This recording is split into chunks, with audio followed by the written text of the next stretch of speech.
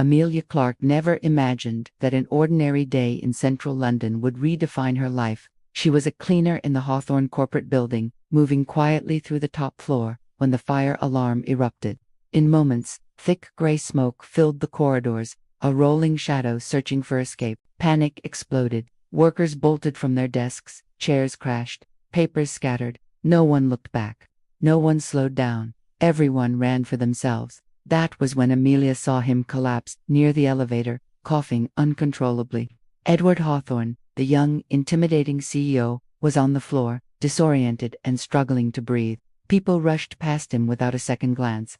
But Amelia didn't. She knelt beside him, grabbed his arm, and urged him to stand. His legs trembled. His voice was a mere whisper.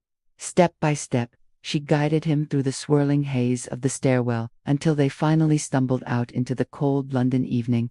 Those few minutes bound their lives together in ways neither could have imagined. At the hospital, doctors delivered devastating news. Edward's optic nerves were severely damaged from the smoke. His vision might never fully return. From that day on, Edward visited Amelia every single day.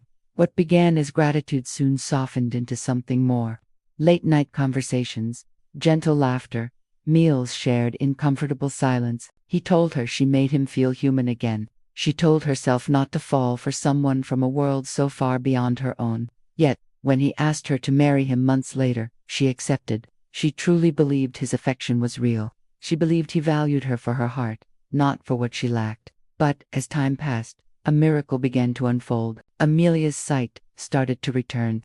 First, it was just vague shadows, then outlines, then faces. She told no one, not even Edward, because as her vision returned, she saw something colder growing in him. His visits became shorter. His eyes drifted to his phone more often than to her face. He sighed at small things, his patience wearing thin. He started to look at her as if she were an obligation, not a partner. And then, Charlotte Beaumont arrived, a glamorous socialite from Sussex and Edward's childhood friend. Charlotte inserted herself into their lives, claiming she was there to help with wedding preparations, but her sweetness was a thin, brittle veil. With her own eyes, Amelia saw the truth. She heard Charlotte's mocking comments, whispered just out of earshot. She felt her judgmental stares. And she saw, with perfect clarity, the way Charlotte touched Edward's arm, the way he leaned toward her, the effortless way he smiled in her presence. One evening, standing just outside the hallway, Amelia overheard their voices. Charlotte was laughing cruelly about how foolish and out of place Amelia would look on her wedding day. And then she heard Edward's voice, complaining. He said that his investors needed to see him as a nobleman, someone loyal enough to stay with the blind woman who saved him. Their plan was sickeningly simple. Use Amelia as a symbol of sympathy, a prop to boost Edward's public reputation. They believed she was blind. They believed she was powerless.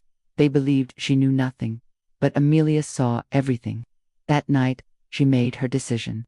She would still walk into that church, but not to marry Edward. She would walk in to expose him. The morning of the wedding arrived.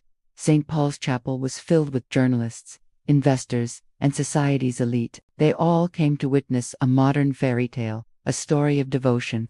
They came to praise Edward Hawthorne for his incredible loyalty. But when the chapel doors swung open, a profound silence swallowed the room. Amelia entered, not in the humiliating, frilly dress Charlotte had chosen, but in a sleek, elegant black gown that radiated power. Her steps were steady, her expression calm and unreadable. She walked down the aisle, her eyes fixed on the altar. Edward's face twisted from confusion to raw fear. Standing before the crowd, Amelia lifted her chin. She revealed the truth her sight had returned months ago.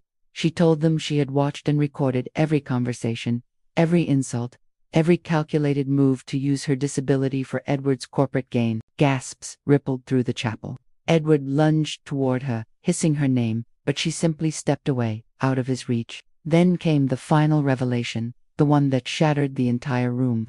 Amelia announced her true identity.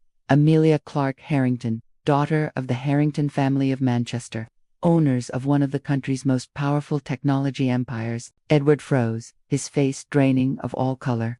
The crowd erupted in frantic whispers. The man who had tried to manipulate a cleaner had unknowingly exposed his vile character to someone whose influence far, far exceeded his own. With slow, deliberate steps, Amelia declared the wedding cancelled. She ended their relationship with the dignity he had never once afforded her. Then, she turned and walked out of the chapel, leaving behind a storm of scandal and the crumbling mask of a man who believed he controlled everything. Outside, the crisp London air met her with an unexpected warmth. Waiting just beyond the church steps was Oliver Turner, her childhood friend from Scotland. The person who had quietly loved her long before her life had become so complicated. He had rushed to London after hearing about her wedding, sensing that something was deeply wrong. As they stepped away from the church together, Amelia felt a massive weight lifting from her chest. She had walked through darkness, blinded by both smoke and deceit, but now she saw the world with perfect clarity, not just because her vision had returned, but because she finally understood who truly saw her worth. Her story became a powerful reminder that sometimes losing your sight is what finally reveals the truth, and sometimes reclaiming your power means walking away from the life others tried to trap you in, and toward the one you were always meant to choose for yourself. Thank you for watching, and don't forget to subscribe for more stories like this.